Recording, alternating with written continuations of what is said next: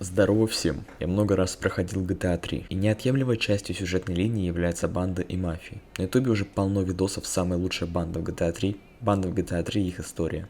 И вот я решил тоже сделать видос по бандам, а вернее по транспорту, который использует каждая банда или мафия. Скажу сегодня, какой транспорт быстрее, лучше управляется, какое авто будет практичнее и более стильным. В конце видоса я подведу итоги, где я скажу про самую лучшую тачку и про самую худшую. Рассказывать про тачки каждой банды и мафии я буду по мере появления их в сюжете, за исключением картеля, который появляется в начале на одну катсцену, а потом уже в центре и в конце игры. Что касается информации в видосе, я брал ее с вики по GTA и также видоса про самые быстрые автомобили в тройке с экспериментами и секундомерами.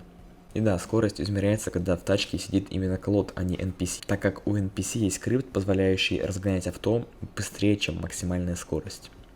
И да, вы можете поспорить со мной, но я старался подойти к оцениванию максимально объективно и близко к логике. Все равно можете считать это моим субъективным мнением.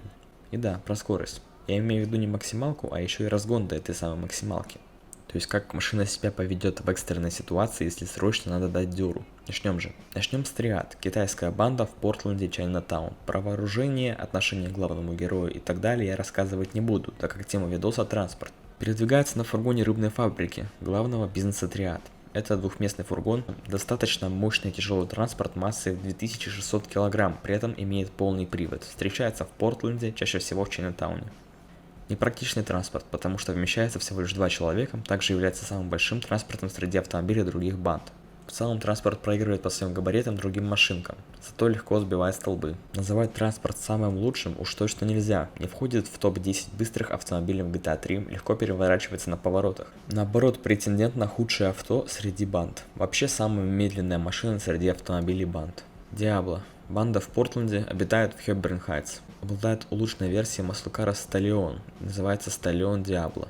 Улучшенная версия оснащена более мощным двигателем V8 с нагнетателем, однако машина не потерпела изменений касаемо управляемости. Так что даже улучшенную версию Сталлиона также заносит в поворотах, как и обычную. Входит в топ-10 быстрых автомобилей и занимает 8 место. Автомобиль очень плохо управляется в дождливую погоду.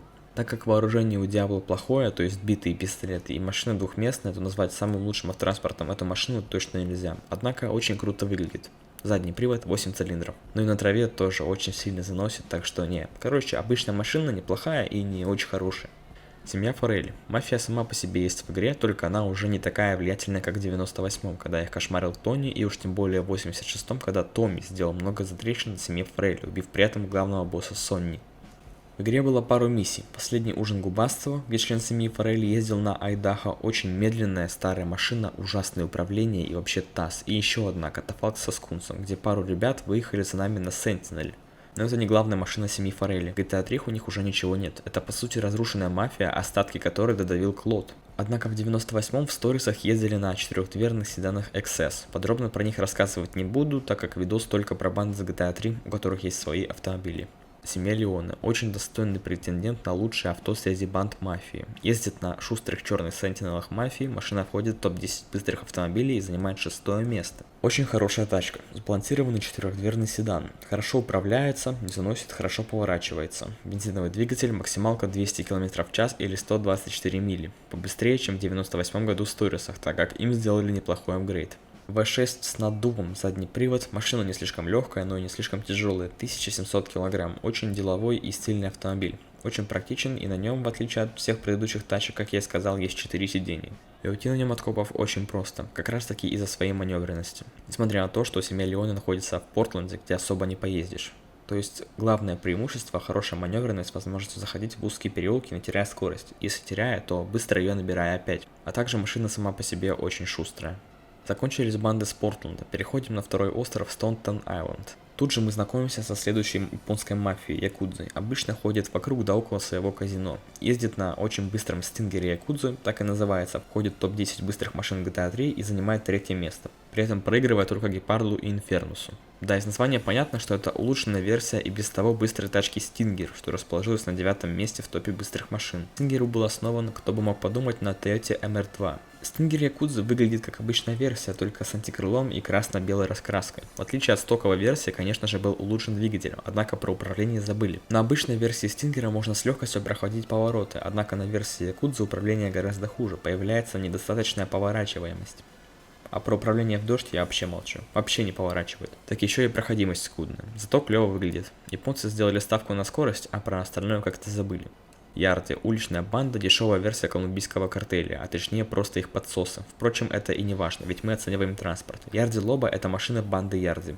Что надо сразу сказать, так это двухместный седан, далеко не самый быстрый среди банд, а в игре вообще еле-еле занимает 10 место быстрых автомобилей в GTA 3. Машины можно найти в Ньюпорте.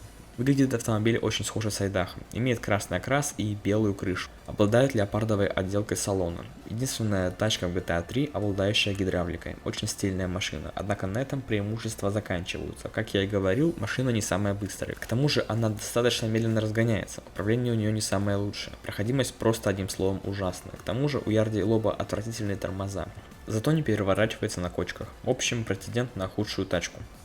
Колумбийский картель – одна из самых мощных, если не самая мощная преступная организация в Либерти-Сити. Их машины – круизеры картеля. Это очень сильные внедорожники, встречающиеся в Ньюпорте, Стонтон-Айленда, где еще стройка Panati Construction, и возле особняков Шортсайд-Вейла. Легко узнать этот транспорт по синей окраске. Оснащен двигателем V8, как и у Сталлиона Диабло. Несмотря на то, что это пикап, он все равно может потягаться с Сентинелом Мафии в некоторых моментах из-за полного привода. Картельный круизер очень медленный на старте, но как только двигатель раскручивается, приходит и мощь, и скорость, делая круизер лучшим пикапом в игре. Однако легко переворачивается на поворотах, если зайти слишком быстро. Также с легкостью сбивает столбы и машины, которые весят меньше него, конечно.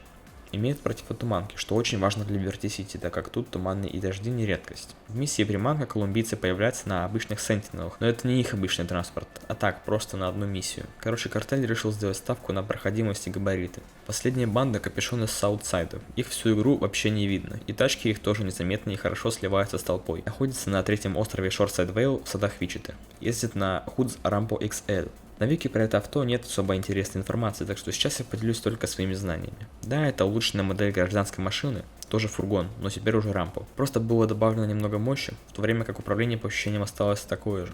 Проходимость такая же, как и у обычного рампа. Нет ничего особенного, кроме нового двигателя. Фургон капюшонов можно узнать по граффити с боковой части фургона. Хуже, чем другие крупногабаритные машины в плане сбивания столбов и машин, но является при этом четырехдверным фургоном.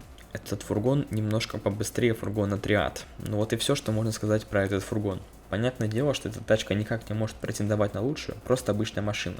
Не переворачивается в поворотах, в отличие от триадовского фургона. Выигрывает за счет вместительности и скорости. Так остались три основных претендента: Стингер Якудзы, Сентинел Мафия и Круизер Картеля. Стингер представитель именно скорости, это спорткар, но при этом при его создании совсем забыли про управляемость и про практичность. Странно, вроде бы МР2, но все же.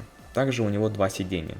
Остается два кандидата. Круизер Картель — это представитель грозного автомобиля, который не остановит ни рельеф, ни препятствия в виде столбов, то есть он не намотается на столбы, а наоборот, столбы скорее на него. Но как такового рельефа в GTA 3 нет. Был бы это какой-нибудь штат Сан-Андреас, где есть сельская местность, где много бугров, гор, спусков, пустынь, там да, лучшим был бы именно Круизер Картеля. Так что этот варик тоже отпадает. Остается идеальный для улиц Либерти-Сити спортивный седан Sentinel Mafia. Как я и сказал, это лучший вариант между скоростью и проходимостью, еще и с идеальной вместительностью в 4 человека, с отличным управлением и массой 1,7 тонны. Итак, мы выяснили, что лучшей тачкой из преступного мира GTA 3 является именно Sentinel Mafia. Это самая золотая середина между управляемостью, проходимостью и скоростью. Итак, название самого худшего автомобиля есть три претендента: Ярди Лоба, грузовик Триад и фургон капюшонов. Ярди Лоба — это седан, который быстрее и фургона Триад, и фургона капюшонов, однако плохо управляется. Тормоза в этой двухдверке отвратительные. Все же это не фургон, а значит маневренность в любом случае лучше у Ярди Лоба. Может, это поможет легче уйти от преследования. Фургон капюшонов — это улучшенная модель гражданского рампа, обходит по управляемости более громадный фургон Триад и выигрывает по практичности, так как в нем целых 4 места для сидения. Не переворачивается так же сильно, как фургон Триад. Итак, выбор очевиден. Худшей тачкой среди всех преступных организаций Либерти-Сити является рыбный фургон Триад. По совместительству самая медленная машина банд в игре. По итогу мы имеем вот такой же тир-лист автомобилей банд в GTA 3. Опять же, вы можете быть со мной не согласны, но мой видос максимально приближен к здравому размышлению и объективности. Как-то так. На этом сегодня все. Можете написать свое мнение в коммент, я буду рад почитать. Если вам понравится, ожидайте аналогичные видосы по Vice City и Сан Андреасу. До скорого!